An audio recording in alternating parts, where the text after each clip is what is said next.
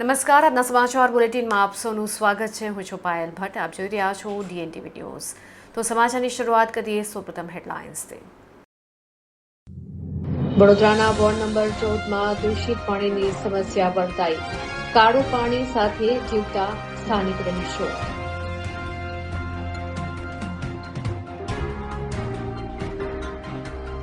સાવલીમાં પ્રથમપુરા ગામે gas cylinder blast થતા 2 લોકો દાઝ્યા. સારવાર હેઠળ હોસ્પિટલમાં ખસેડવામાં આવ્યા. ઘર વખરી બળીને ખાખ. ડભોઈમાં રાજવી પરિવારના 2 સભ્યોની મારપીટ અને મારી નાખવાની ધમકી આપવાના ગુનામાં 1 વર્ષની સાદી કેદની સજા. હવે જોઈએ સમાચાર વિગતવાર. વડોદરાના વોર્ડ નંબર 14માં દૂષિત પાણીની સમસ્યાને લઈને સ્થાનિક રહીશો હેરાન પરેશાન છે. કાળું અને દુર્ગંધયુક્ત પાણીથી સ્થાનિકોના સ્વાસ્થ્યને લઈને પણ જોખમ ઊભું થયું છે. શહેરના વોર્ડ નંબર 14માં આવેલ પથ્થરગેટ પાસેની નાની ખારવાવાડ અને સાંઈબાબાની ગલીમાં છેલ્લા ઘણા સમયથી દૂષિત પાણીની ગંભીર સમસ્યા સર્જાઈ છે.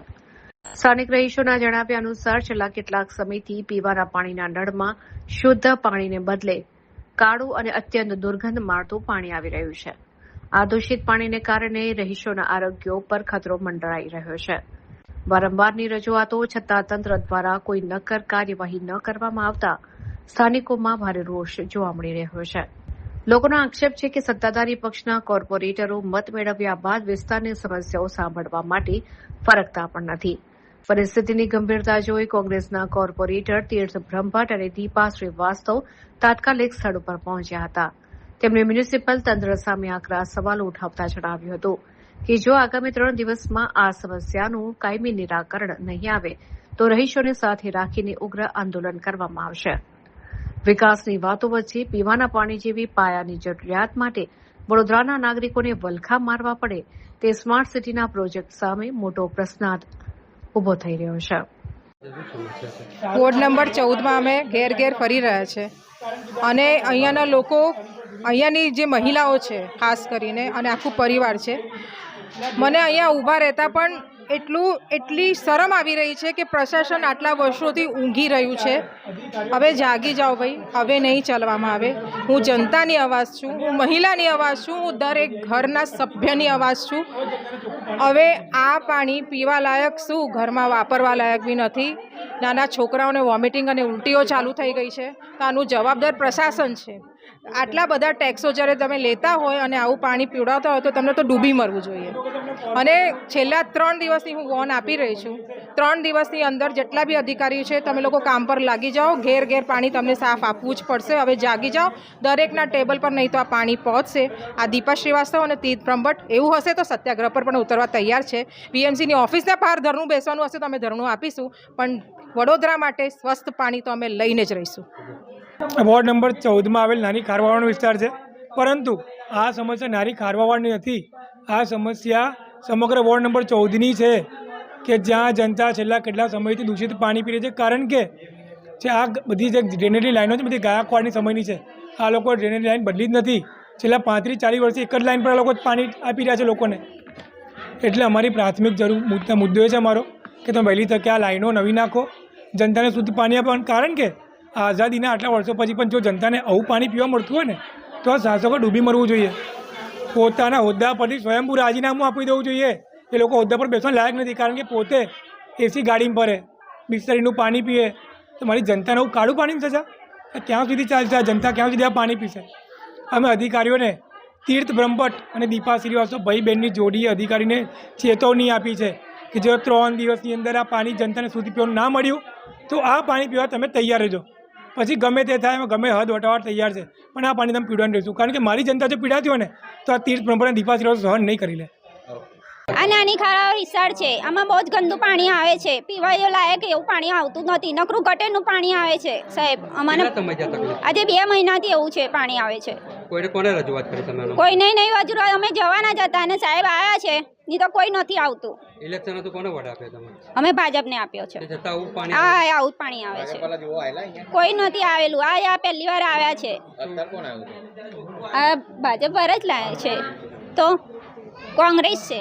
કોંગ્રેસ છે. ખારવાવાડ છે, નાની ખારવાવાડ છે, પાણી ગંદુ આવે છે. નાના છોકરા જમાડે પાણી કઈથી પીવડાવવાનું અમારે? કેટલા સમયથી આવું તકલીફ છે? આ 2 મહિનાથી એવું આવે છે પાણી. છોકરાઓ બીમાર થઈ જાય અમારા. સ્કૂલે જતા બીમાર થઈ જાય છે, જતા નહીં સ્કૂલે.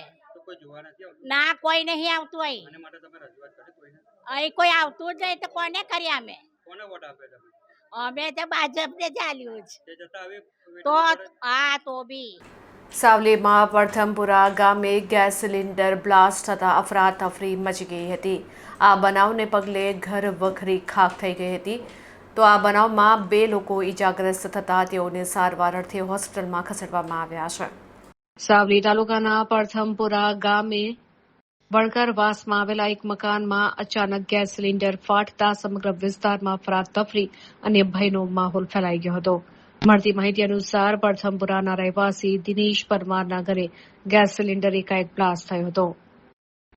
ધડાકો એટલો પ્રચંડ હતો કે ઘરની ઘર વખરી અને અન્ય સામાન હવામાં ફંગોળાયો હતો. જોતજોતામાં આગ ફાટી નીકળી હતી. આ દુર્ઘટનામાં પરિવારના 2 સભ્યો ગંભીર રીતે દાઝ્યા હોવાના અહેવાલ છે. સિલિન્ડર ફાટવાનો અવાજ એટલો ભયાનક હતો કે આખું ગામ ઘટના સ્થળે દોડી આવ્યું હતું. બ્લાસ્ટને કારણે ઘરનો તમામ સામાન બળીને ખાખ થઈ ગયો છે.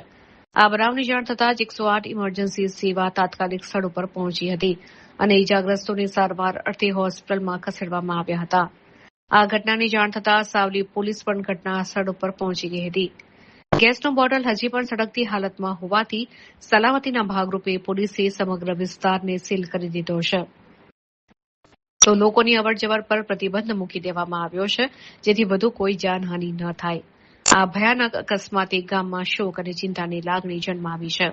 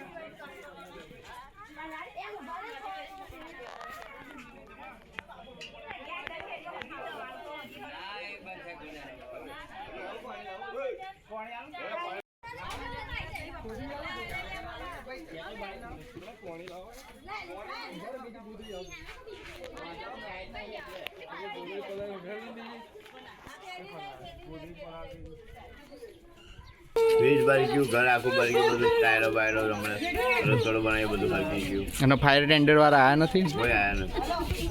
તમારું નામ શું છે? મારું નામ દિનેશભાઈ પૂજાભાઈ માનસરા, ગામ પ્રથમપુરા. ડભોઈમાં રાજવી પરિવારના 2 સભ્યોને મારપીટ અને મારી નાખવાની ધમકી આપવાના ગુનામાં 1 વર્ષની કેદની સજા ફટકારવામાં આવી છે. ડભોઈના નવા માંડવા અને સાબરકાંઠાના મોહનપુર રાજવી પરિવાર વચ્ચે વડીલોપાર્જિત મિલકત બાબતે લાંબા સમયથી કાનૂની જંગ ચાલી રહી છે. આ વિવાદ દરમિયાન વર્ષ 2017માં હિંસક વળાંક આપ્યો હતો. રાજવી પરિવારના નિવાસસ્થાને કામ કરતા હેમલતાબેન પટેલ પર હુમલો કરવામાં આવ્યો હતો. આક્ષેપ મુજબ મોહનપુર સ્ટેટના રાજવી પરિવારના મીના કુમારી, જ્યોતિન્દ્રસિંહ પુવાર અને તેમની દીકરી હિના કુમારી દ્વારા મારપીટ કરી ગંભીર ઇજાઓ પહોંચાડવામાં આવી હતી, જે અંગે ચાંદોદ પોલીસ મથકે ફરિયાદ નોંધાઈ હતી. ડભોઈના અધિક ચીફ જ્યુડિશિયલ મેજિસ્ટ્રેટની અદાલતમાં કેસ ચાલતા તમામ સાક્ષીઓ અને પુરાવાઓ ચકાસવામાં આવ્યા હતા. કોર્ટે મીના કુમારી પુવારને આઈપીસીની કલમ 504 અને 114 હેઠળ દોષિત ઠેરવ્યા છે અને હિના કુમારીને આઈપીસીની કલમ 323, 506, પેટા કલમ 2 અને 114 હેઠળ તકસીરવાર ઠેરવ્યા છે. અદાલતે બંને આરોપીઓને 1 વર્ષની કેદની સજા ફટકારી ન્યાયિક ઉદાહરણ પૂરું પાડ્યું છે. વર્ષો જૂના આ પારિવારિક વિવાદમાં કોર્ટના આ આકરા વલણથી સ્થાનિક પંથકમાં ચકચાર મચી ગઈ છે.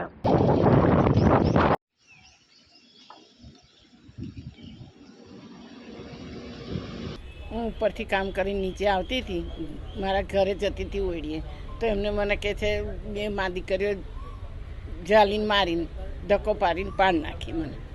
પછી પેલા બે નોકર હતા એ કરવા, પણ એમનેથી તો અવાય ના. એટલે પછી મેં ઊભી થઈને એક બાજુ બેસી જઈ. પછી દાદા ઉપરથી આવ્યા કે હું કાં મારો છું, કાં મારો, કોઈ બોલ્યું ના. એમ ન હતો હગવાથી. પછી પોલીસ કેસ કર્યો, મને માર્યું એને. પછી દાદા દવાખાને લઈ ગયા 108 બોલાવીને. પછી એને જાતે માર્યું હાથે ને એને અમારી પર કેસ કર્યો. હવે જે કોર્ટમાં ચુકાદો આવ્યો છે શું લાગે છે, ન્યાય મળ્યો કે મળ્યો નહીં? એમને સજા થઈ, અમે છૂટી ગયા. શું નામ બા તમારું? હેમલતા. રાજરતનસિંહ રાજેન્દ્રસિંહજી છે. હું માંડવા જે રાજ પરિવાર છે એનો મુખ્ય સભ્ય છું, અત્યારે છું સદસ્ય. હવે અમારો જે નવો પેલેસ છે, નવો બંગલો છે, એ ગામના બહાર મારા દાદાએ બન્યો હતો, મારા નામ ખુશાલસિંહજી. હવે એની મેટર એવી છે કે હું ઉપર રહેતા હતા અને નીચે અમારા મોટામાં રહેતા હતા, જેમને કોઈ સંતાન નહોતું, દીકરી એ નહોતો ને દીકરી નહોતું. તો એમના ખેતી કરવા માટે એમના બહેનનો છોકરો છે મોહનપુર, ત્યાંથી બોલાયો અને એના સાથે અમારા નાના કાકા સાહેબે પોતાની દીકરીએ પરણાવી હતી. એ બે સંબંધો હતા. એટલે નીચે આવીને રહેતા હતા અને ખેતીનું કામ એમનું સંભાળતા હતા. અમને એવું કે વડીલો પાર્ટી છે એટલે અમે મેન કુટુંબી થઈએ, એટલે ભવિષ્યમાં અમને જ મળવાનું છે. પણ આને કંઈ લખાણ રજૂઆત કરીને અને બહાર વેચવા ફરતા હતા, અમને જાણવા મળ્યું. એટલે અમે કોર્ટમાં ગયા અને અમે આખો કેસ સિવિલમાં મૂક્યો છે કે ભાઈ આ મિલકત અમારી છે, વડીલો પાર્જેત છે, અમને મળવા પાત્ર છે. ત્યાર પછી એ લોકો એમને અહીંયા કે બહુ પ્રકારે હેરાનગતિ કરી. અમારા માણસો આવતા હતા, એમને ધમકીઓ આપતા હતા, ઉપર કામ કરવા નહીં જવાનું એવું કહેતા હતા અને બહુ હેરાન કરતા હતા. પણ અમે તો ન્યાય પર અમને ન્યાયાલય પર અમને ભરોસો હતો, એટલે અમે તો કોર્ટને પકડી જ રાખી હતી. એના પછી અમારા ત્યાં એક બેન ઘરકામ કરતા હતા, હેમલતાબેન પટેલ. એ નીચે ઉતર્યા છે એમના સર્વન્ટ ક્વાર્ટરમાં જવા માટે કંઈ વસ્તુ લેવા. તો આ લોકોએ આખી ઉતરીને એમને બહુ મૂઢ માર માર્યો. એ અમે આખી CCTV કેમેરા મૂક્યો જ તો અમને ખબર હતું આવું કોઈ બીના બનશે જ, કારણ કે આ લોકો હિંસક થતા હતા. એટલે અમે આખું કેદ કરીને એની CD બનાવીને આખી મેટર અમે કોર્ટમાં મૂકી, એનો ફોજદારી કેસ કર્યો એમના પર. કારણ કે આજે એને મારી, કાલે અમારી સેફટી અમારી સેફટી, કારણ કે કાલે ઉઠીને અમારા પર પણ હુમલો થઈ શકે છે. એટલે એ લોકોએ કેસ લડ્યા, એ લોકોએ સામે કેસ કર્યો એમના પર કે આ હેમલતાબેને અમને પણ માર્યા છે અને અમારે બે નોકર હતા જીત અને શંભુ, એમના પર પણ આટલા 75 વર્ષના વયોવૃદ્ધ હોય જે ચાલી નથી શકતા, એ કોને શું મારી શકે? જજે તો જોયું અને એમના પાસે કોઈ એવિડન્સ નહોતું. અમારા પાસે તો આખું એવિડન્સ હતું, કારણ કે માર્યા હોય તો એવિડન્સ હોય ને. એટલે એમના પાસે CCTV કે અમે એમને ગોઠવેલા, પણ એમના પાસે એવિડન્સ, અમે એવિડન્સ મૂક્યું એટલે અમારો તો નિર્ણય આવ્યો. અને જે સામેના પક્ષવાળા છે હિનાબેન છે, એમને કે 1 વર્ષની થઈ અને મીનાબેનને કે 2 વર્ષની સજા થઈ છે જેલની અને ₹1 લાખ દંડ થયો છે. પણ હવે પ્રશ્ન એ છે કે આવી રીતે હુમલા થાય તો કાલે ઉઠીને અમારી સેફટી શું? એટલે પોલીસે પણ આની કંઈ તકેદારી લઈને અમારી સેફટીનું ધ્યાન રાખવું જોઈએ. અને આનું ધ્યાન કે કાલે ઉઠીને અમને કંઈ થાય તો એના જવાબદાર આ લોકો મોહનપુરવાળા હોવા જોઈએ. એટલી મારી કરજ છે. બસ. વિદ્યાર્થીઓના ઉજ્જવળ ભવિષ્ય માટે ટાઈમ્સ ઓફ ઇન્ડિયા દ્વારા એજ્યુકેશન એક્સપોનું ભવ્ય આયોજન કરવામાં આવ્યું હતું. વડોદરાના સયાજીગંજ વિસ્તારમાં આવેલ એક ખાનગી હોટલમાં પ્રખ્યાત ન્યૂઝપેપર ટાઈમ્સ ઓફ ઇન્ડિયા દ્વારા એજ્યુકેશન એક્સપોનું શાનદાર આયોજન કરવામાં આવ્યું હતું. આ પ્રદર્શનનો મુખ્ય હેતુ વિદ્યાર્થીઓને કારકિર્દીના વિવિધ વિકલ્પો અને ઉચ્ચ શિક્ષણની તક વિશે માર્ગદર્શન પૂરું પાડવાનો હતો. વડોદરાના શૈક્ષણિક હબ તરીકે ઓળખાતા સયાજીગંજ વિસ્તારમાં આયોજિત આ એક્સપોની શરૂઆત મહાનુભાવોના હસ્તે દીપ પ્રાગટ્ય કરીને કરવામાં આવી હતી.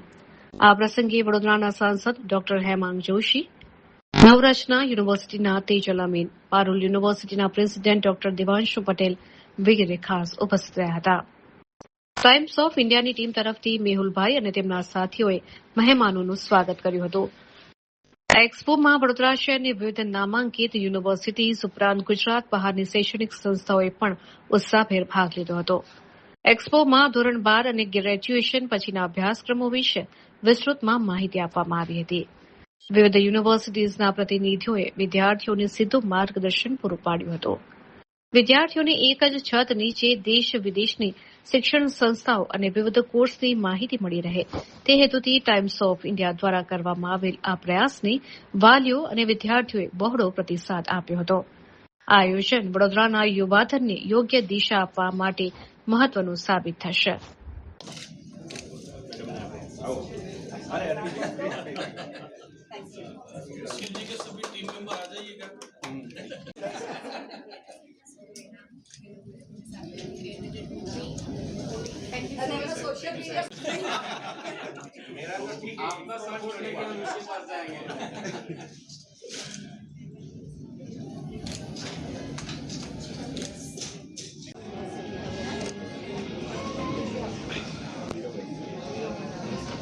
Excuse me.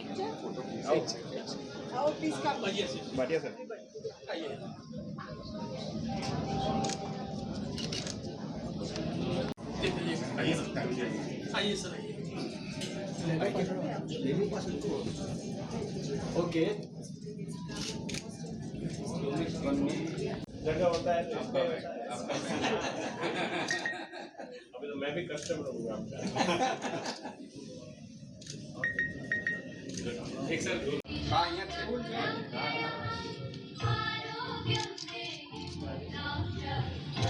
सर हमारे वो सीनियर मेंबर है professor Manish dean of international politics और सीईओ हिमालय मतियार के बाहर ऑफिस है.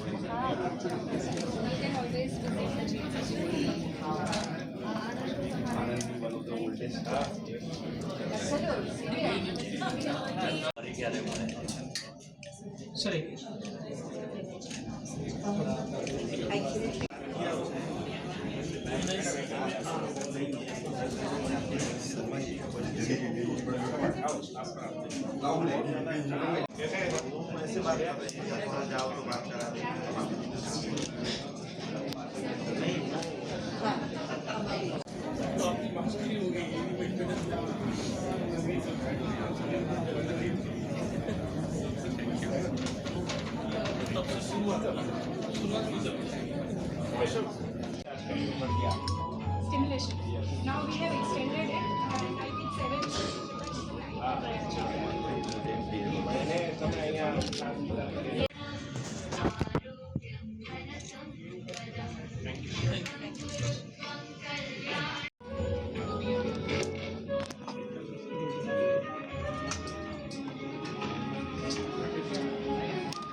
Sorry.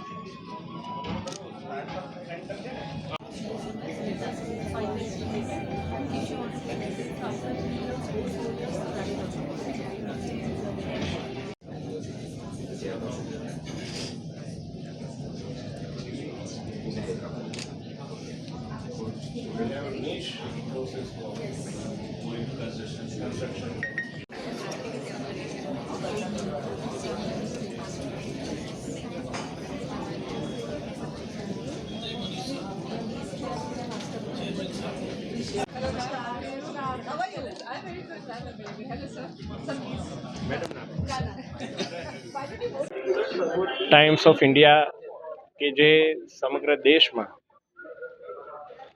લોકોને અંદર લોકશાહી હોય, વ્યવસાય હોય કે યુવાનો માટેની દિશા દર્શન હોય એમાં ખૂબ મહત્ત્વનો ભાગ ભજવી રહ્યું છે. દર વર્ષની જેમ આ વર્ષે પણ વડોદરાની અંદર એજ્યુકેશનલ એક્સપોનું એમના દ્વારા આયોજન કરવામાં આવ્યું છે અને ખૂબ મોટી મોટી નામાંકિત યુનિવર્સિટીઝ, ના માત્ર ગુજરાતની પરંતુ દેશની નામાંકિત યુનિવર્સિટીઝે પણ આમાં ભાગ લીધો છે અને વડોદરાના તમામ વિદ્યાર્થીઓ, યુવાનો, વાલીઓ આવી અને અહીંથી બધી માહિતી પણ મેળવી રહ્યા છે. આજે એમના ઉદ્ઘાટન પ્રસંગે મારે ઉપસ્થિત રહેવાનું થયું. ટાઈમ્સ ઓફ ઇન્ડિયા વડોદરાની સમગ્ર ટીમને હું આ સુંદર આયોજન કે જેઓ હર વર્ષે કરતા હોય છે એ બદલ હાર્દિક શુભકામનાઓ અને અભિનંદન પાઠવું છું. મારું નામ ડૉક્ટર દેવાંશુ પટેલ છે. હું પારુલ યુનિવર્સિટીમાં પ્રેસિડેન્ટ તરીકે ફરજ બજાવું છું. આજે ટાઈમ્સ ઓફ ઇન્ડિયા ન્યૂઝપેપર દ્વારા બરોડા ખાતે એજ્યુકેશન ફેરનો આયોજન કરવામાં આવ્યું છે, જેમાં વડોદરા તેમજ વડોદરા બહારની સરકારી અને પ્રાઇવેટ યુનિવર્સિટીઓ દ્વારા ભાગ લેવામાં આવ્યો છે. અને આ એક અનોખી પહેલ છે, જેમાં વડોદરા શહેરના વિદ્યાર્થીઓ અને વાલીઓને એક જ સ્થળે વિવિધ યુનિવર્સિટીની જાણકારી મેળવવા માટેનો એક અનેરો લાભો મળે છે. તો તે બદલ ટાઈમ્સ ઓફ ઇન્ડિયા ન્યૂઝપેપરની સમગ્ર ટીમને પારુલ યુનિવર્સિટી તરફથી ખૂબ ખૂબ અભિનંદન. હાયર એજ્યુકેશન એક્સપો આજે ખૂબ એન્થુઝિયાઝમથી આજે એનું ઇનોગ્યુરેશન થયું છે. સ્ટુડન્ટ્સને બધી યુનિવર્સિટીઝમાં શું શું ખાસિયત છે અને એમને શું એમાંથી એમનો ફોકસ એરિયા છે એ આ એક્ઝિબિશનમાં આવીને એમને જાણવાનું મળે. મારી એક અપીલ છે બધા સ્ટુડન્ટ્સને, પેરેન્ટ્સને કે આવીને જુઓ એટલે તમને તમારી યુનિવર્સિટીનો ચોઇસ કરવાની વધારે માહિતી મળે અને એક વધારે વેલ ઇન્ફોર્મ્ડ એજ્યુકેટેડ ચોઇસ કરી અને આપ આપનું હાયર એજ્યુકેશન આગળ ચલાવી શકો. વડોદરા ખાતે એજ્યુકેશન એક્સપોનું આયોજન થઈ રહ્યું છે. બહુ ગર્વની બાબત છે અને વાલીગણ, વિદ્યાર્થીગણ કે જે લોકો પોતાની કેરિયર માટે ચિંતિત હોય એને એક જ જગ્યાએ પ્લેટફોર્મ ઉપર જ્યાં ત્યાં ભટકવું ન પડે અને ઉચિત માર્ગદર્શન મળી રહે એ માટે ઓર્ગેનાઇઝિંગ ટીમનો ખૂબ ખૂબ આભાર અને દર વર્ષે આ પ્રકારના એક્સપો થતા રહે એ જ અભ્યર્થના. ભારતીય જનતા પાર્ટી દ્વારા વડોદરા જિલ્લામાં પ્રમુખ, ઉપપ્રમુખ સહિતના હોદ્દાઓ માટે આજથી સેન્સ પ્રક્રિયા શરૂ કરવામાં આવી છે. સેન્સ પ્રક્રિયામાં સાંસદ, ધારાસભ્યો, પક્ષના પદાધિકારીઓ અને ચૂંટાયેલા સભ્યોએ હાજરી આપી હતી. વડોદરા જિલ્લા બીજેપી પ્રમુખ ડોક્ટર બીજે બ્રહ્મભટ્ટે જણાવ્યું કે પાર્ટીના વિચારધારા સાથે સંકળાયેલા તેમજ પ્રજાલક્ષી કામો માટે તત્પર એવા ગુણ પદના ઉમેદવાર માટે હોવા જોઈએ. જ્યારે કરજણ શ્રીનોરપુરના ધારાસભ્ય અક્ષય પટેલે જણાવે છે કે પાર્ટીની વિચારધારાની સાથે છેવાડાના માનવી સુધી સરકારની તમામ યોજના પહોંચાડી શકાય તેવા ગુણ ઉમેદવારોમાં હોવા જોઈએ. તમામ ચૂંટાયેલા પ્રતિનિધિઓમાં પારદર્શિતા રહે એવા હેતુ સાથે ભારતીય જનતા પાર્ટી દ્વારા સેન્સ પ્રક્રિયા લેવામાં આવતી હોય છે. જિલ્લા પંચાયત પ્રમુખ પદ મહિલા ઓબીસી માટે અનામત હોવાથી 4 વિજેતા મહિલા ઉમેદવારોમાંથી એકની પસંદગી થવાની શક્યતા છે. સેન્સ પ્રક્રિયા માટે નિરીક્ષક તરીકે નીતિન ભજિયાવાલા જે સુરતના અધ્યક્ષ રહી ચૂક્યા છે, જ્યારે સુરતના પૂર્વ મેયર હેમાલી બોધવાલા, તાપી જિલ્લાના પૂર્વ મહામંત્રી વિક્રમ તરસાડિયા દ્વારા તમામ ઇચ્છુક ઉમેદવારોની સેન્સ લેવામાં આવી રહી છે.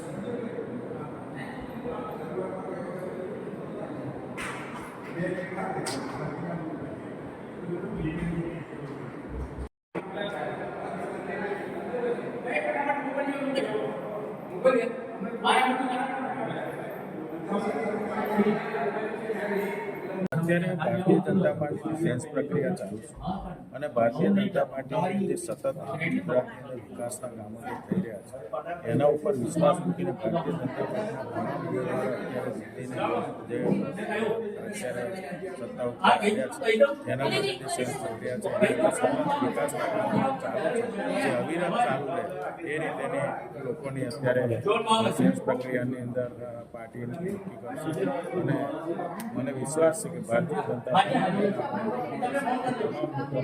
કામગીરી કરે એવા છે અને સેવાની ભાવનાવાળા જે લોકો ચૂક્યા છે એટલે સતત લોકોની વચ્ચે રહીને કામ કરશે એવો મને વિશ્વાસ છે.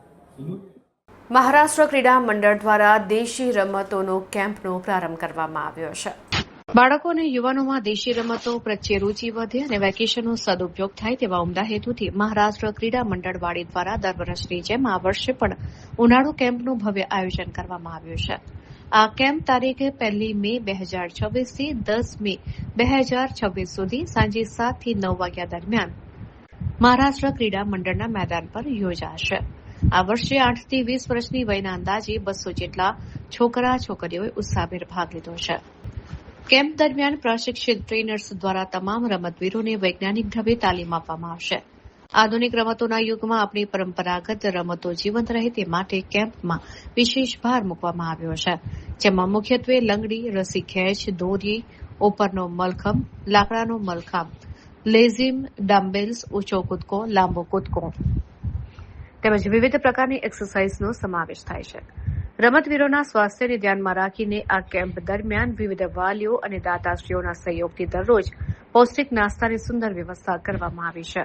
મહારાષ્ટ્ર ક્રીડા મંડળના આ પ્રયાસને વાલીઓ અને રમત પ્રેમીઓ દ્વારા બિરદાવવામાં આવી રહ્યો છે. શારીરિક અને માનસિક વિકાસ માટે આ પ્રકારના કેમ્પ નવી પેઢી માટે આશીર્વાદરૂપ સાબિત થશે.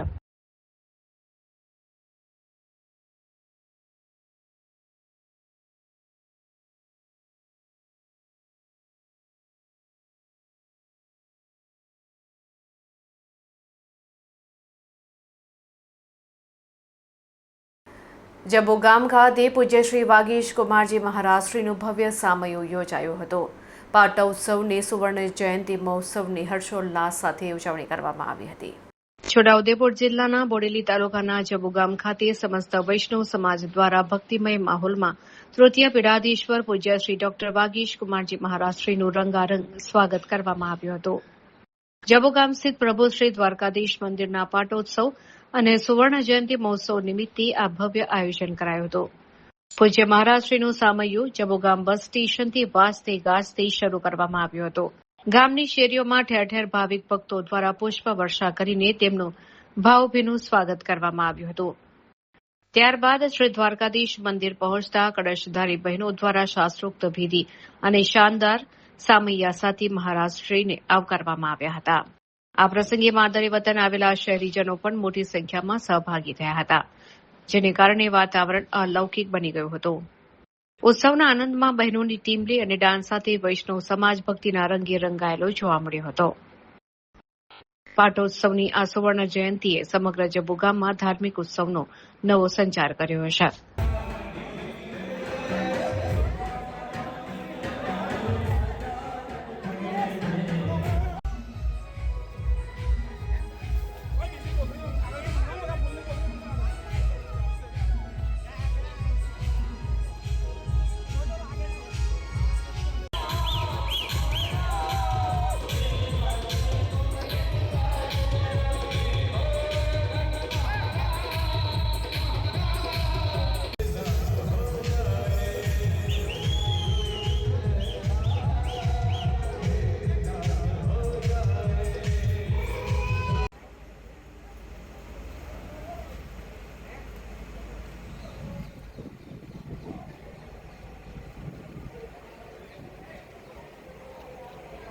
વડોદરાની ગોત્રી હોસ્પિટલમાં સ્ટાફની બેદરકારીને પગલે એક નિર્દોષ દર્દીનો જીવ જોખમમાં મુકાયો હોવાની ઘટના સામે આવી છે. વડોદરાની ગોત્રી હોસ્પિટલ ફરી એકવાર વિવાદોના વમણમાં ફસાઈ છે. હોસ્પિટલના સ્ટાફની ઘોર બેદરકારીને કારણે એક નિર્દોષ દર્દીનો જીવ જોખમમાં મુકાયો હોવાની ચોંકાવનારી ઘટના સામે આવી છે. અન્ય દર્દી માટે મંગાવવામાં આવેલ બ્લડ ટીબીના દર્દીને ચડાવી દેવામાં આવતા હોસ્પિટલ તંત્રમાં દોડધામ મચી ગઈ હતી. ગોત્રી હોસ્પિટલમાં ટીબીની સારવાર લઈ રહેલા એક દર્દીને નર્સિંગ સ્ટાફ દ્વારા ભૂલથી અન્ય દર્દીના ગ્રુપનું બ્લડ ચડાવી દેવામાં આવ્યું હતું. લોહી ચડાવ્યાના થોડા જ સમયમાં દર્દીની તબિયત એકાએક લથડવા લાગી હતી. ખોટું બ્લડ ચડવાને કારણે દર્દીનું બ્લડ પ્રેશર હાઈ થઈ ગયું હતું અને તેને ભારે ગભરામણ થવા લાગી હતી. દર્દીની હાલત નાજુક જણાતા તેને તાત્કાલિક આઈસીયુમાં ખસેડવામાં આવ્યો છે. આ ગંભીર બેદરકારી સામે આવતા જ હોસ્પિટલના ઉચ્ચ અધિકારીઓ એક્શન મોડમાં આવ્યા છે. પ્રાથમિક દ્રષ્ટિએ નર્સની ક્ષતિ જણાતા આ મામલે તપાસ તેજ કરવામાં આવી છે. આ મામલે હોસ્પિટલ પ્રશાસન દ્વારા એક વિશેષ કમિટીની રચના કરવામાં આવી છે. ભૂલ કરનાર નર્સ સામે કયા પ્રકારના શિક્ષાત્મક પગલાં લેવા તે અંગે કમિટીની બેઠકમાં મહત્વનો નિર્ણય લેવામાં આવશે. સરકારી હોસ્પિટલમાં દર્દીઓના જીવ સાથે થતા આવા ચેડાએ સુરક્ષા અને મેનેજમેન્ટ સામે અનેક સવાલો ઉભા કર્યા છે. દર્દીના સગા સંબંધીઓમાં પણ આ ઘટનાને લઈને ભારે આક્રોશ જોવા મળી રહ્યો છે. પેશન્ટ આજે ટીબી વોર્ડમાં દાખલ કર્યું હતું. એનું હિમોગ્લોબિન ઓછું હતું એટલે એને બ્લડ આપવાની જરૂર હતી. એવા 2 પેશન્ટ હતા અને બંનેનું બ્લડ જોડે આપણે મંગાવ્યું હતું. પ્રોપર ક્રોસ ચેકિંગ કરીને બ્લડ બેંકમાંથી બ્લડ ઇસ્યુ થતા હોય છે. વોર્ડમાં આવીને એનું ફરીથી નંબરિંગને બધું આપણે ક્રોસ ચેક કરતા હોઈએ છીએ, જે ડૉક્ટરે ચેક કર્યું હતું. અને બંને બ્લડ રૂમ ટેમ્પરેચર પર થઈ જાય, ફ્રીજમાંથી આવ્યા હતા એટલે રૂમ ટેમ્પરેચર પર કરવા માટે આપણે ત્યાં રાખ્યા હતા. એવામાં એક ઘટના ઘટી ગઈ કે બીજા પેશન્ટનું બ્લડ બીજા પેશન્ટમાં ચડાવવામાં આવ્યું હતું. તો તરત જ એની જાણ થઈ ગઈ અને હાર્ડલી 5 mlથી બી ઓછું બ્લડ ગયું હશે કે આપણે બ્લડ સ્ટોપ કરી દીધું. પ્રોફાઇલેક્ટિકલી આવો જ્યારે પણ બ્લડ રિએક્શન આવતા હોય છે, એવું જરૂરી નથી કે બીજા કોઈ બ્લડ ગ્રુપથી જ રિએક્શન આવે. સેમ બ્લડ ગ્રુપનું બ્લડ બી ક્યારેક ચડાવીએ આપણે તો બી બ્લડ રિએક્શન આવી શકતા હોય છે. તો આવા બ્લડ રિએક્શન અટકાવવા માટે જે પ્રોફાઇલેક્ટિક ટ્રીટમેન્ટ હોય, જેમ કે સ્ટેરોઇડ્સ છે, એવિલ છે, એન્ટી ઇન્ફ્લામેટરી ડ્રગ્સ છે, એ બધી તાત્કાલિક આપણે એને પેશન્ટને આઈસીયુમાં શિફ્ટ કરીને ટ્રીટમેન્ટ આપ્યું છે. એને ઓક્સિજન થેરાપી આપી દીધું અને એને ઓબ્ઝર્વેશનમાં રાખ્યું. પેશન્ટને કોઈ મેજર રિએક્શન નથી આવ્યું. પેશન્ટ અત્યારે સ્ટેબલ છે. આજે મોર દેન 24 અવર્સ થઈ ચૂક્યા છે તો પેશન્ટને બીજું કોઈ મેજર રિએક્શન નથી. આપણે પેશન્ટનું બ્લડ સેમ્પલ પણ લેબોરેટરીમાં મોકલાયું હતું એમાં જોવા માટે કે કોઈ જે કોએગ્યુલેશન રિએક્શન થતા હોય છે બ્લડ રિએક્શનના લીધે કે એવી કોઈ પ્રોસેસ ચાલુ છે કે નહીં, તો એવી કોઈ પ્રોસેસ પણ ચાલુ નથી અને પેશન્ટ ખૂબ જ સ્ટેબલ છે. પણ આ એક બેદરકારી થઈ ગઈ, થોડું ઓવરલુક થઈ ગયું હતું જેના લીધે ઘટના ઘટી શકે એ હું સ્વીકારું છું, પણ આવું કંઈ મેજર થયું નથી. હવે આ ટોટલી અક્ષમ્ય છે. એના માટે મેં એક કમિટી બોલાવી છે, કમિટીની રચના કરી છે અને કમિટી સામે અત્યારે એ વ્યક્તિને એનો મંતવ્ય લેવામાં આવશે અને પછી જે પણ કમિટી નક્કી કરે એનું સ્ટ્રિક્ટ ડિસિપ્લિનરી એક્શન આ કેસમાં લઈ છે. ઉપલી અધિકારીને જાણ કરીને એનું ફર્ધર કોર્સ ઓફ એક્શન આપે. જે રીતે અગાઉ પણ એક ઘટના સામે આવી હતી કે લાસ્ટ ટાઈમ જે હતું that was not a major thing, but it was just ખાલી નવેમ્બર એક્સપાયરી હતી ને સિસ્ટરને વાંચવામાં નવેમ્બર 25ને બદલે ડિસેમ્બર 25 વંચાયું હતું, એટલે જસ્ટ ચાલુ કરી હતું ને આપણે તરત જ ખબર ઘણી વખત દર્દીઓના જીવ પણ જતા રહેતા હોય છે. એટલે એ બેદરકારી છે, હું સ્વીકારું છું અને એના માટે આપણે લાસ્ટ ટાઈમે સ્ટ્રિક્ટ એક્શન લીધા હતા, ડિસિપ્લિન એક્શન. પર હ્યુમન એરરમાં કન્સિડર ના કરાયા, અક્ષમ્ય એરર છે, પણ સ્ટીલ આના અગેન્સ્ટમાં આવું આગળ કંઈ થયા નહીં એના માટે હું ફૂલ જવાબદારી લઉં છું. મારા બધા નર્સિંગ, મારા બધા HODs મારા સાથે છે. સ્ટ્રિક્ટ ઇન્સ્ટ્રક્શન પાસ ઓન કરે છે કે this is very unpardonable thing and this should not happen any time future in Gotri medical. ખાલી નોટિસ આપવી અને એમની પાસેથી મંતવ્યો જાણવા આટલી જ નહીં, ડિસિપ્લિનરી એક્શનમાં જે પણ યોગ્ય નોર્મ્સ પ્રમાણે હોય છે એ સ્ટ્રિક્ટ એક્શન લેવામાં આવતા હોય છે. એવું નથી કે હું ખાલી નોટિસ આપીને એ વસ્તુને ભૂલી જાઉં. એ સામેવાળી વ્યક્તિને અહેસાસ થાય અને એ મેસેજ બધા સુધી પહોંચે, દેટ ઇઝ માય કન્સર્ન. તો આ હતા અત્યાર સુધીના સમાચાર. વધુ સમાચાર સાથે ફરીથી મળીશું. ત્યાં સુધી અમારી પૂરી ટીમને રજા આપશો. નમસ્કાર.